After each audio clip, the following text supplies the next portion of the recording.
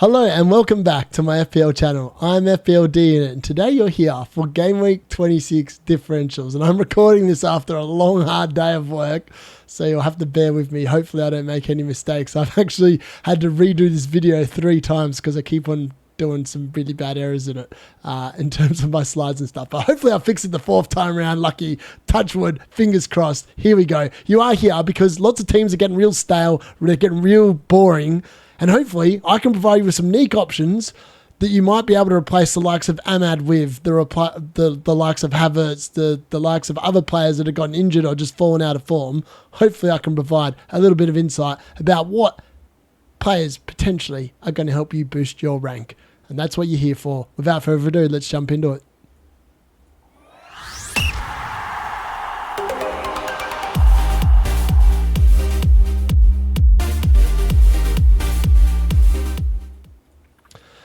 So, before we go any further, if you could please smash a like on the video, and please also, if you are new, and lots of people, generally most people who watch this actually aren't subscribed to this particular video that I upload every week, if you could please just give us a sub, that'd be awesome. Obviously, the next aim is to get to 600 subs. I've actually applied for the YouTube program today, finally hit the required watch hours. So thank you to all those people as well that have watched my videos. It means a lot. The D unit is forever thankful.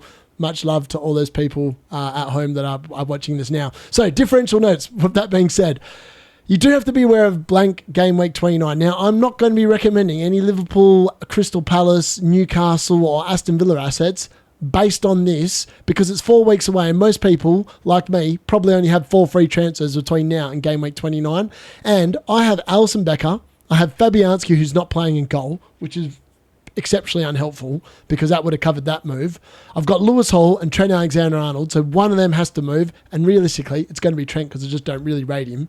Then I've got Mo Salah as my 5th player, and then I've got Isaac up front. So I can handle the Isaac and the Mo Salah. I need to get rid of one of Lewis Hall and Trent, and then I need to change my goalkeeper, one of my 2 goalkeepers.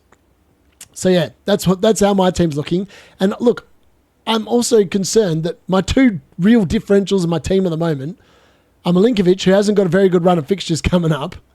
I've got Bruno Fernandes, and Man United can't score. And I've got Wissa, who just continuously blanks. I'm hoping that this week is the week where that finally changes. So, I need another Phil Foden, and hopefully I might have found one in here, and we'll talk about that a bit later on. But in terms of the goalkeepers, we do have to look at the FDR as well. But goalkeepers, Alisson Becker, Jorgensen, who's obviously replaced Sanchez in goal as number 1 goalie in the Chelsea lineup. Areola, who's obviously replaced Fabianski in the lineup as well for West Ham. And Kepa Arrizabalaga, however you say his name. Chelsea's probably best goalkeeper on loan at Bournemouth. Great goalkeeper. Defenders, we're going to talk about Hoytson, Munoz, Nori needs to come back into the conversation. Timber, Kanade, Gahey, Veltman, they're all really good options still. Tarkowski, Dorgu. Definitely something I liked a lot of what I saw against Tottenham. If Man United can sort out the giving away of stupid goals, he could be a real option. I think he's going to start delivering some attacking returns. Wan-Bissaka also look good. Midfield, Rashford, Trossard, Fernandes. He's still got to be in the conversation because they do have a really good run of fixtures, which we'll see in a minute. Semenyo and Odango, they are still really 2 really differential players for Bournemouth. Lots of people just jumping on the Kluivert bandwagon. Maybe Dongu's the best one. I'm not sure. Mitoma, 34 points in the last 5 weeks for Mitoma. That's all I'm going to say there. I had him in my team for 5 weeks. It got me nothing. We'll have a look at that in a bit more depth a little bit later on. Nwaneri from Arsenal, amazing cheapness. He's already risen in price this week, up to 4.6. Gibbs, White and Nkunku, 5.7 mil. Jackson's going to be out for the medium term. Maybe he's worth a look in the Chelsea midfield.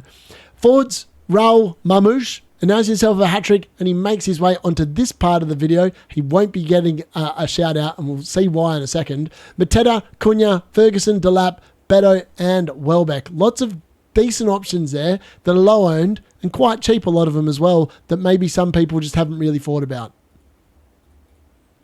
So onto the Game Week 26 Differential FDR. What is it telling us? It's saying that Arsenal have a great fixture at home this week against West Ham, but then the run of fixtures after that isn't too good. And with a team that's not scoring many goals, I just think it's really hard to recommend their players for the next few weeks. Yeah. Aston Villa, ditto. They don't have a very good run of fixtures, and they blank in game week 29. Not ideal. Bournemouth, as we can see there, cover you through game week 29. They have amazing fixtures across the board, all the way up to like 34, 35. They're just such a great team. You have to have assets from them as far as I'm concerned. Brentford, this is the week.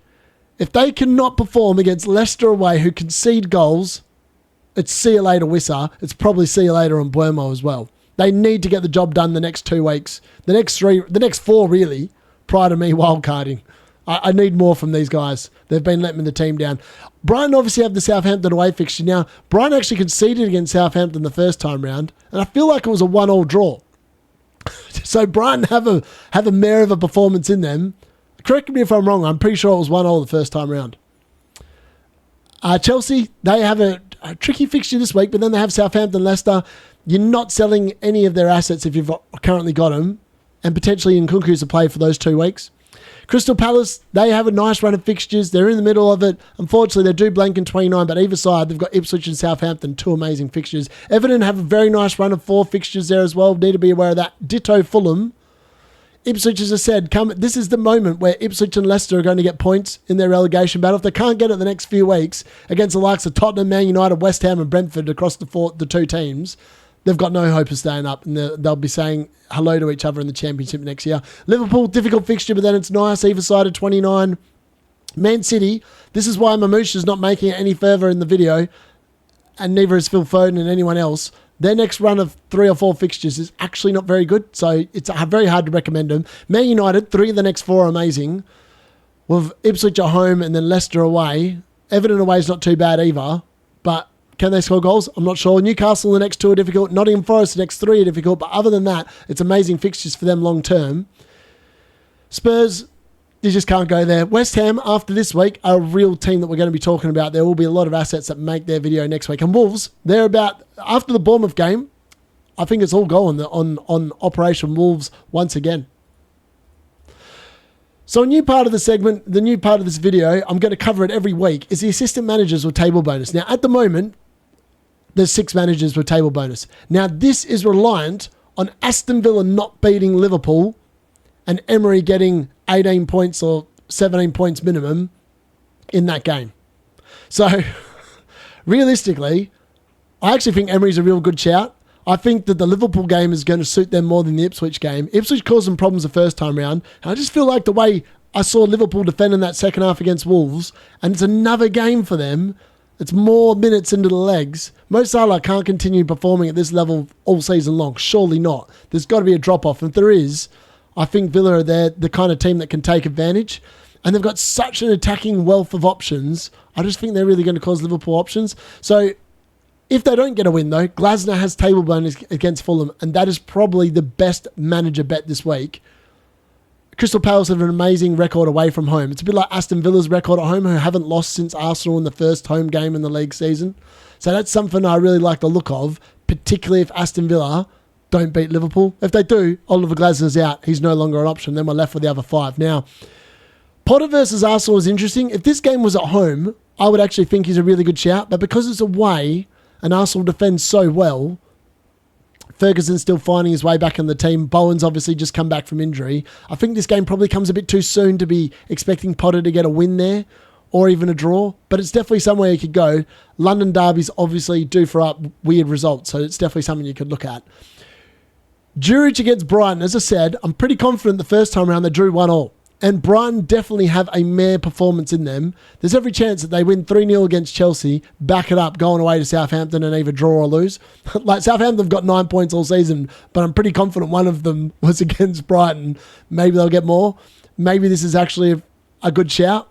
I'm not sure. But look, I'm just going to put it out there. I feel like that Brighton definitely have that performance in them. 100%.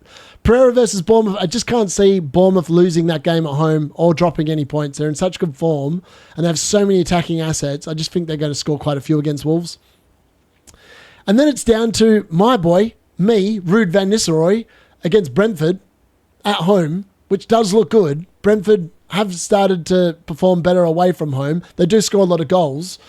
But I feel like Leicester are going to be eyeing this fixture up in the next one for wins. And the last time I said that, Leicester actually won or did something. No, they didn't. They got absolutely pantsed by Everton 4-0. What am I talking about? I've absolutely just made that one up on the fly. See, I told you I was tired from work today.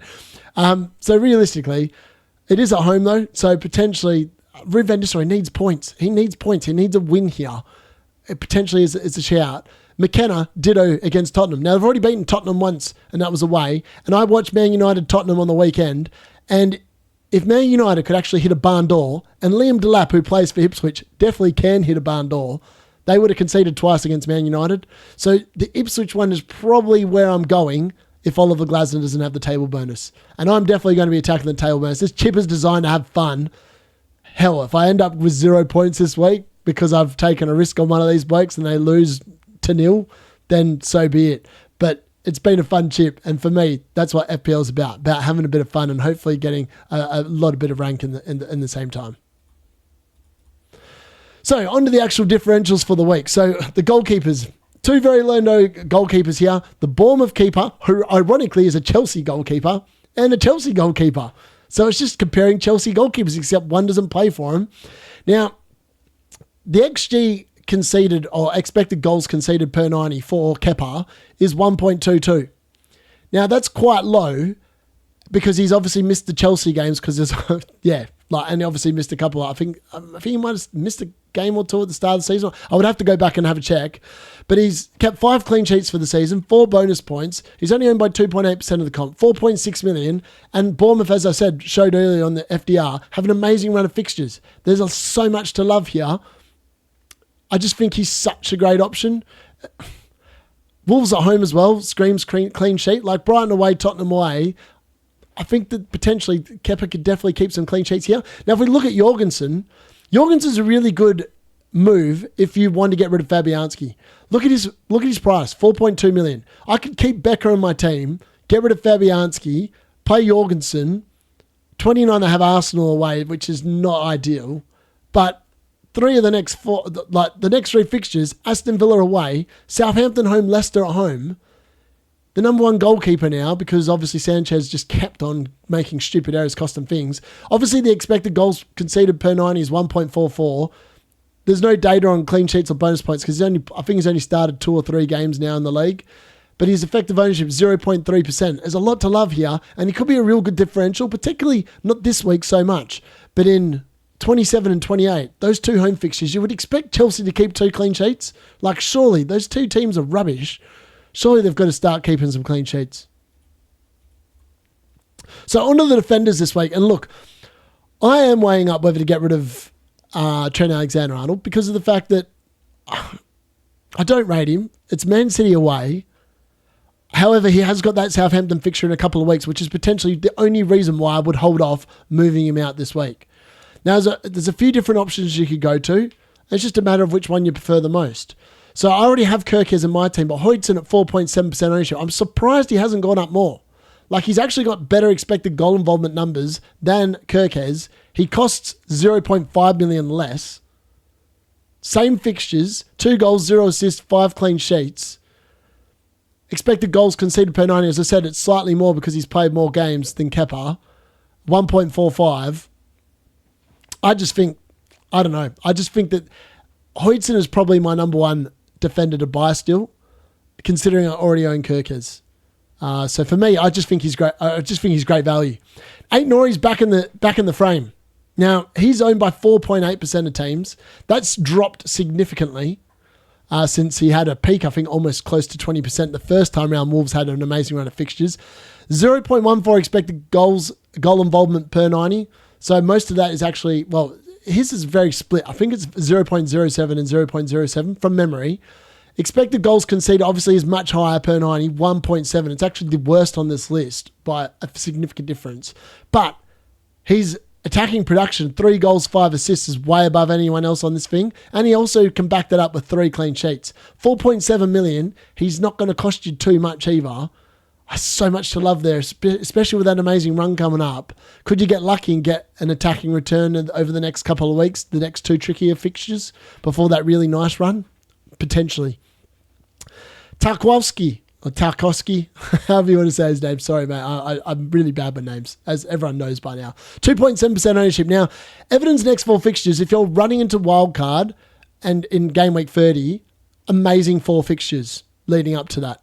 Obviously, the Wolves game, and then I think it's West Ham, the last one, from memory. Yeah, it is.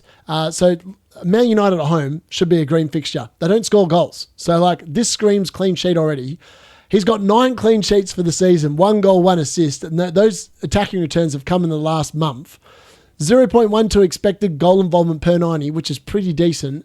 And as you can see there, best defensive data out of these 4 players. 1.28 expected goals conceded per 90. It's elite. Everton's defence has been elite.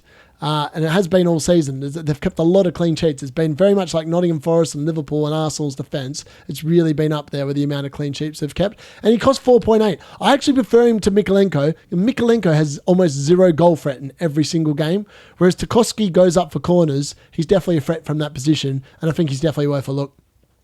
In terms of development, 1.7% ownership. He does have the Southampton away fixture. He's back, fit and available.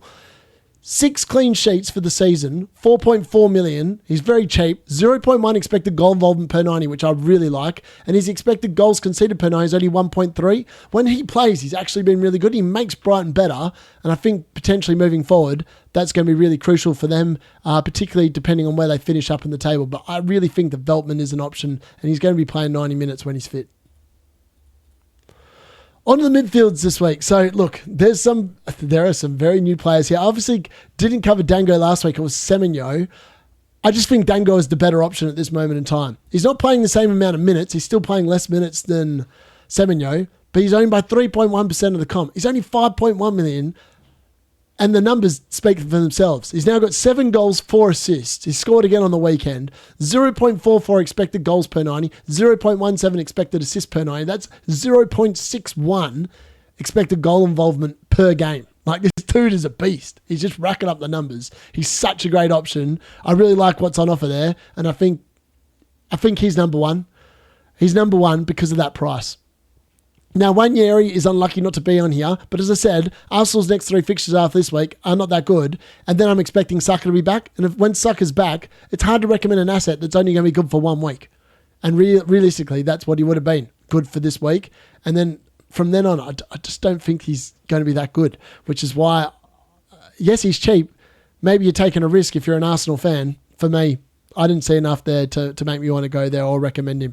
Mitoma, though, on the other hand, has been super good the last 5 weeks. 34 points in the last 5 weeks. 6.3 million. As I said, Brighton's run of fixtures is pretty decent. Southampton away, Bournemouth at home, Fulham at home. Not the easiest 2 fixtures, but they are at home. And it looks like Brighton, since that spanking by Nottingham Forest, have finally got themselves back together, scoring some goals. They're looking pretty good. And Mitoma's been at the heart of that. He's been back playing almost 90 minutes every week. Expected goals per 90, 0.24. Expected assists per 90, 0.16. 6 goals and 4 assists. Like, he's coming up there. I just think that if you've got that money, a little bit of extra money, he's a great option. And with that Southampton fixture straight in front of you, I think lots of people should be looking at him. And like, I'm actively looking at him as well. If you're after something a bit different, you do want to do the Arsenal defence. I think it's Trossard. Like, Trossard's going to play that number 9 position, regardless of whether when Saka comes back. Saka's obviously going to go back to the right. He's not going to play up front. So Trossard looks good there. Martinelli will then go back on the left when he comes back in. Then Wanyeri and Sterling drop out, which is why Trossard makes this and not Wanyeri. Yes, he's significantly more, 6.9 million. The stats aren't amazing either. Expected goals per 90, 0.2. Expected assists per 90, 0.16. But he's got 4 goals and 6 assists for the season. I would expect him to start scoring more goals though. And at 3.3% ownership, he is a really good differential, and I don't mind that play. And then if you want someone else, again, super dirt cheap, 5.7 million, it's Nkunku. Like, barring this week aside, he's definitely going to be starting. He's going to be playing that number 9 role. If Palmer can somehow get on the same wavelength as him as he did with Jackson, and Nkunku's on the next 2 weeks, Southampton at home, Leicester at home, 0.71 expected goals per 90, 0.09 expected assists per 90. That's 0.8 combined per 90. He's only got 2 goals and 1 assist for the season because he's played very exceptionally low minutes. But with a run in the team, potentially we're seeing Nkunku explode. And I'm here for it. Like, I feel like he is actually a super good differential, particularly the next 2 weeks after this week. I mean, he could really rack up some numbers there and some goals, and maybe people just aren't aware of just like how good an option he could be, particularly for the next 2 weeks in that midfield.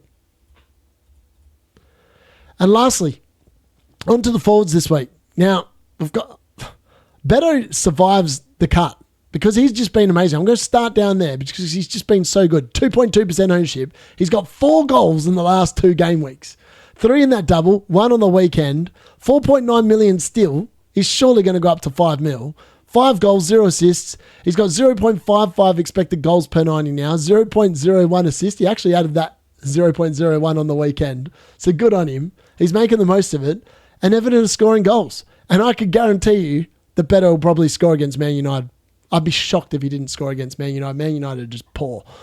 So I back him in. I think he's a great option. At that price, he's the best cheap forward in the forward line in the game at the moment. He's amazing. Next up is Danny Welbeck. Now, Danny Welbeck had 2 assists on the weekend, 0.38 expected goals per 90, 0.06 expected assists per 90. He's now got 6 goals, 4 assists for the season.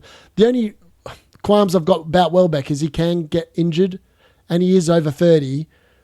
I actually think, though, for the Southampton game, he looks like a great option. 5.8%. The next 3 games, I'd just be attacking it. Like Danny Welbeck, when Brighton are playing well, he's involved. So I really like that moving forward. And I think that this week is the week to target that Southampton fixture. I think Welbeck's great. Now, Liam Delap continues to get some points. He got some points against Villa on the weekend. It was an amazingly well-taken chance on the weekend. 0.37 expected goals per 90, 0.06 expected assists per 90. He's now up to 10 goals and 2 assists for the season. At 5.6 mil, that's unbelievably good. Considering that Ipswich are 18th in the table, like, are you for real? Like, how has he managed to get that many goals in the 18th spot? Imagine if he was like Man United's team. That would catapult Man United up so much higher. Unfortunately, he's not. But he's owned by 3.5% of the comp. Again, he's dirt cheap. Like Welbeck, Beto, and Delap, they're way better forwards than João Pedro, like at the moment in FPL. They're better than Raul Jimenez as well, I would say. Like these guys are just consistently getting it done. And Delap, I really like Delap. He'll 100% be playing in the Premier League next year. He'll be for a bigger club. There's no way that Ipswich go down and he doesn't leave. He's been too good. Too good an option for sure. And then Cunha. Now, realistically, you may not want to bring him in against Bournemouth, but he's just scored against Villa at home, and he's just scored against Liverpool away. He's got 9 points, 3 bonus points again on the weekend. Generally, when Wolves score, Cunha's involved, and I think they're going to be scoring more goals, particularly over this run. I'm actively weighing up whether it's worth getting rid of Chris Wood to bring Cunha back in. It wouldn't cost me any money. My selling price on Chris Wood's about the same. It would be rude of me to move Chris Wood on again. But this is what I did the first time around, and it worked out quite well until I then moved Cunha out on wildcard. 0.26 expected goals per 90, 0.19 expected assists per 90. He's got 12 goals and 4 assists for the season, 6.8 million. He's a great option, great price, low percent ownership still at the moment, 7.8%. You could go early now. Like I do think that potentially Wolves can score against Bournemouth. And then from then on, I think he can almost score or get an assist in every single game week. He's such a great differential at the moment. He's not going to be a differential for long though. So you've got to jump on, and the quicker you do it, the better it's going to look. So to wrap it up, hopefully I've given you some food for thought in terms of which options you're going to go for. There are lots of things to think about. The blank game week definitely does come into the factor, and how you're going to set your team up and what strategy you're going to use for that. If you're not sure yet what you're going to do, you really need to nut it out probably this week, because that will affect where you want to go, what players you want to buy. Hopefully I've provided you with a little bit of insight about where I'm looking at going. I really do like the looks of Mitoma and Dango. Cunha also as well.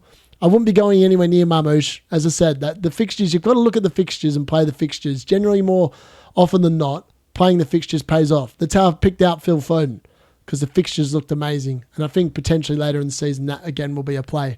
Make sure you go, before you go, smash a like and please subscribe if you're new. And I'll catch you tomorrow for my updated chip strategy and a potential wild card / free hit draft for this week. Thanks for watching. It's been the D Unit.